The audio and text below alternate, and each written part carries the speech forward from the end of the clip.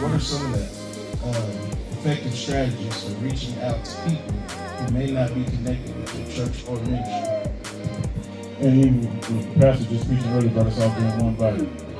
So even if they're not members, if we still can reach out to them and say, hey, you know, on this day our church is doing this, and vice versa, we can return the same favor. Like if you want, you know, come together, we can come together because we have to. Because in the end, we're all going to be praising the same God if we obey and do the things that God has instructed us. And then you can't look at the numbers because Jesus left the 99 and go get one.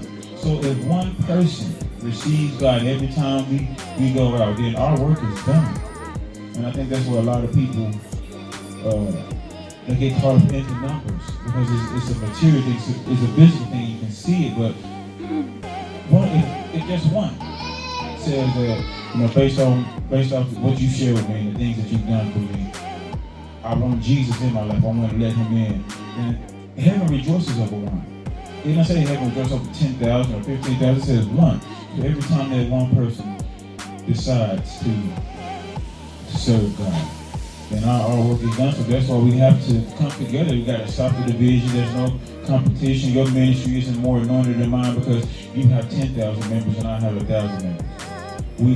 The level of anointing, God, he'll come in whatever. Whether there's 2 or 3 gathered in the midst, he'll be in. 2 or 3 gathered, he'll be in the midst, and we have to remember that. That's why we have to reach out to other churches and what it is that you're doing. If we see them doing something, how can I become a part of that? Because everywhere, you know, that's why churches are in different areas. So you can impact your area, help me impact my area, so that we can come together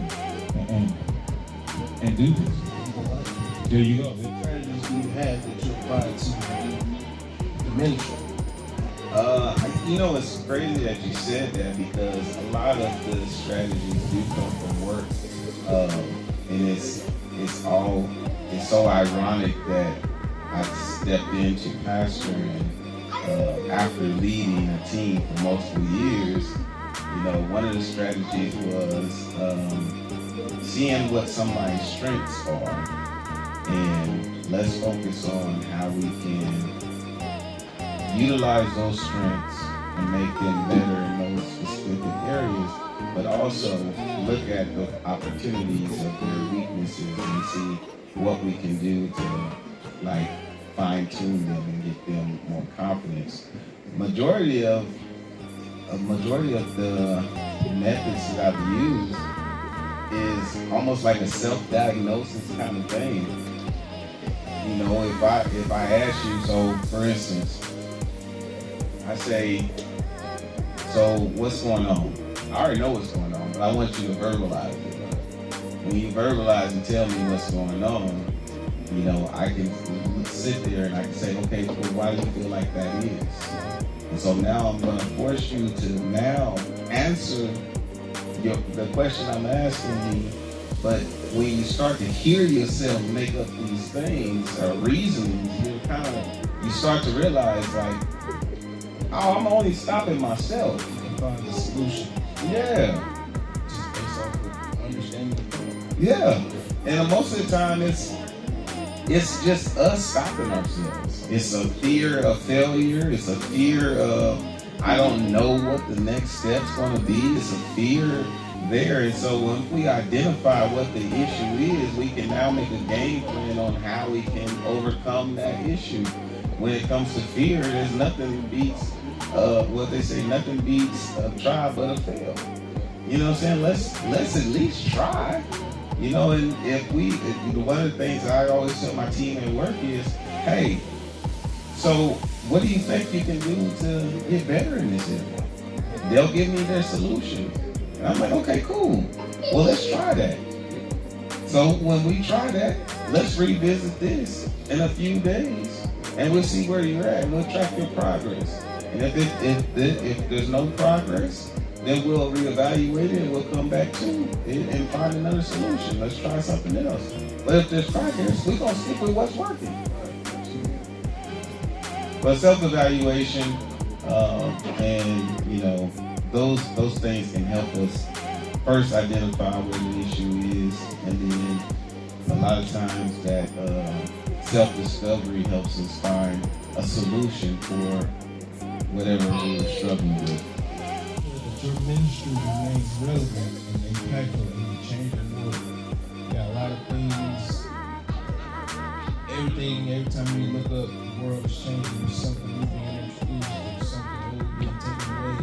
And, as a ministry, how do we make sure that we can keep up with the times and maintain?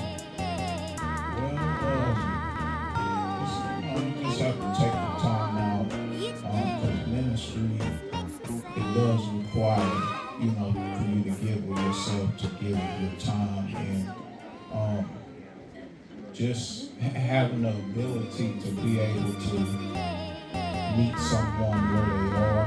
I believe that's a form of ministry as well, but it just requires a lot of your time, and I feel like one of my gifts is being able to connect. Like, I'm not old, but I'm just like right there in the middle, so I can talk with people that's older than me. I can talk with young men that's in their early 20s and be able to relate to them. Even the teenagers as well. I mean, that was a lot, but I can still, I guess that's one of God's gifts that He's given me, to be able to connect and, they can relate to me. So that's really the key, because, there's a lot of, people have gimmicks and stuff that they're trying to get going and stuff, and that's not the will of God. So I feel like it's just as long as you are, following after what God's original plan is for us, we're supposed to go and visit the fathers, the widows, and even the people that are incarcerated. So we got a lot of work to do.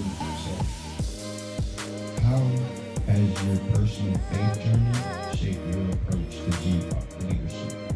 I feel like showing up authentic, going through different trials and tribulations in life, as far as the things that I've had to endure in life in reference to domestic violence, just different things like that, and still showing up in spite of the scars, in spite of the rejection, and keeping God as the center of everything, in spite of what you've gone through. Because what you've gone through, it helps shape you to have more compassion, to have love and understanding, and so therefore you can reach somebody else that may have gone through being molested or going through rape